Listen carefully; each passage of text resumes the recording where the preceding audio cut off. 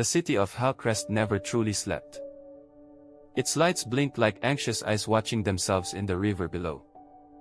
Towers of glass reached upward. But the people beneath them kept their heads down. Crime wasn't the real enemy anymore, it was hopelessness. Somewhere in the crowded heart of the city, a young man named Eric Vale walked home through the rain. His jacket was thin, his rent overdue, his future uncertain. But even now, he couldn't stop helping people, holding umbrellas for strangers, fixing broken lights in the alley, giving coins he couldn't afford to lose. He didn't know why he did it. It just felt right. That night, the storm grew wild. Lightning tore through the skyline. And thunder rolled like anger itself. Eric hurried across the old bridge when he saw it, a blinding burst of white light from the water below. For a moment, the river glowed like liquid fire. Then something reached out. He should have run. But curiosity and courage made the same sound in his chest. He leaned closer, and the world exploded. When he woke, everything was silent. His clothes were dry, his wounds gone. He saw his reflection in a puddle, and gasped. His eyes were glowing faintly blue. For days, he hid.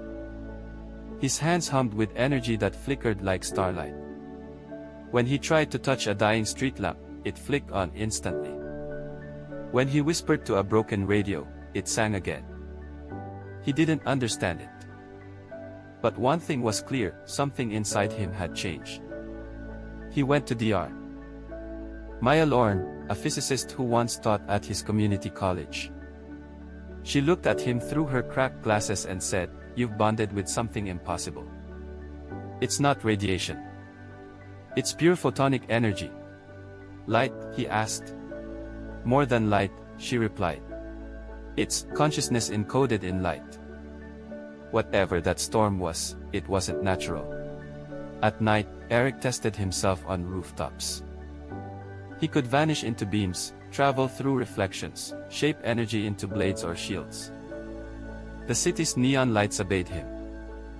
When he focused, he could bend light around his body and disappear. He wasn't just invisible, he was untouchable. But every gift carries a shadow. Each time he used the power, his heart rate slowed dangerously. His vision blurred. And whispers filled his mind, faint voices speaking in a language older than the stars. He called the phenomenon the veil. And within weeks, the city began to change too. Strange power surges struck districts at random.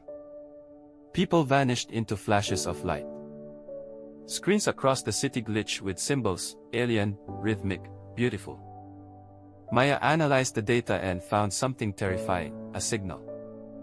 A call. Someone, or something, was trying to reach Eric. While Eric wrestled with his fear, crime in Hillcrest grew bolder. A new syndicate known as the Umbra began seizing control. They were led by a masked man named Draxon, a mercenary obsessed with energy weapons and information. He believed technology could replace morality. When Eric tried to stop a heist at the central power grid, he met Draxon face to face. The villain's mask reflected the city lights, cold and perfect. "You think light makes you a hero?" Draxon said. "Light blinds people, Vale.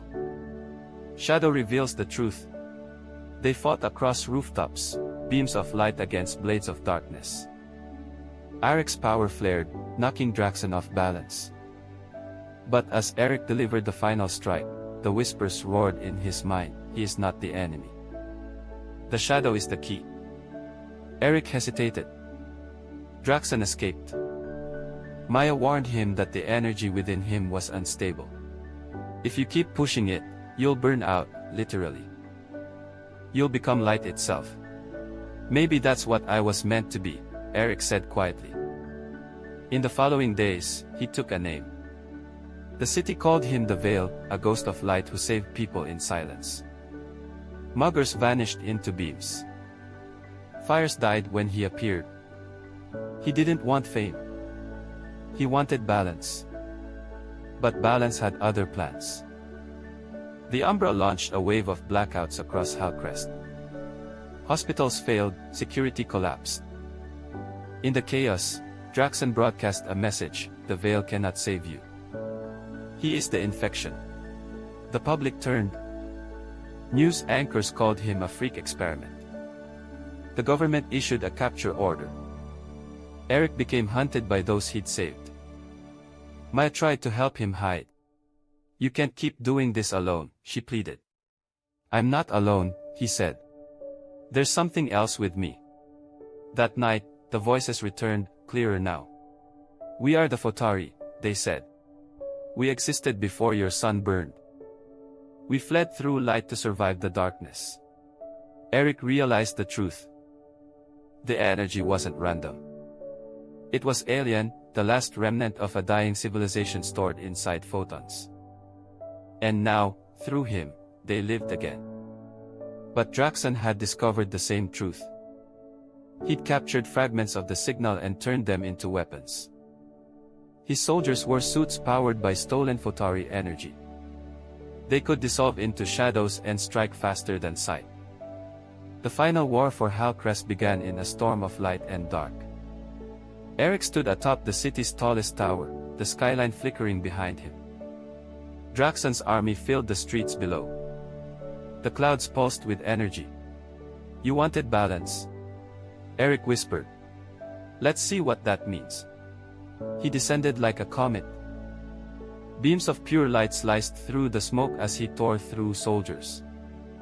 But for everyone he struck down, 3 more rose. Draxon appeared amid the chaos, holding a dark crystal. "You're a doorway, Veil. I'm just stepping through." He plunged the crystal into the ground. Darkness spread like ink, swallowing the streets. The Fotari within Eric screamed. "He is summoning the void, the one that destroyed us." The Veil unleashed everything. His body became a living sun, energy crackling like the heartbeat of the universe. The darkness pushed back, clawing at him. Draxon laughed. "You can't fight what you are, boy. You're not human anymore." "I don't need to be," Eric said. And detonated in light. For a moment, Hillcrest vanished, replaced by silence and white fire. Then, slowly, the light receded. The city still stood. The Umbra were gone. Draxon lay unconscious, his mask melted, his body fading into shadow. Eric collapsed, barely breathing. Maya found him later in the ruins. "You saved them," she whispered. "Did I?" he asked weakly. "Or did I just burn brighter than the dark?" "Maybe that's all saving ever is," she said. He smiled faintly. "If I disappear, tell them the light never belonged to me." "You're not disappearing, Eric." But even as she said it, his skin began to glow. The Fotari were leaving him, or taking him with them. The next morning, the sun rose brighter than ever. People woke to power restored, air clear, hope flickering again. But the Veil was gone. Only streaks of light carved into the bridge where he first changed remained. Years passed. The legend grew. Some said he ascended. Others said he became the light in every street lamp that still flickered in dark corners. Maya dedicated her life to rebuilding the city's energy network, calling it Project Veil. Every circuit bore his signature frequency. "He's still here," she often told her students. "Not in body, but in balance." Then, one night, a girl in the lower district was trapped in a fire. She screamed for help. But no one came. And suddenly, the flames bent away, as if afraid.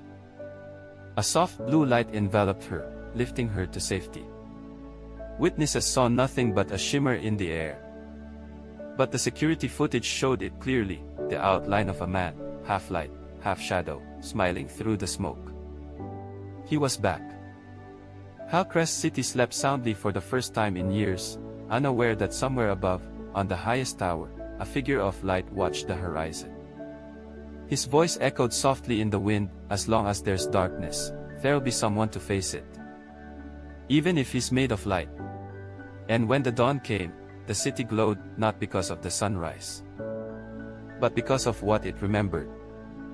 The veil lived on.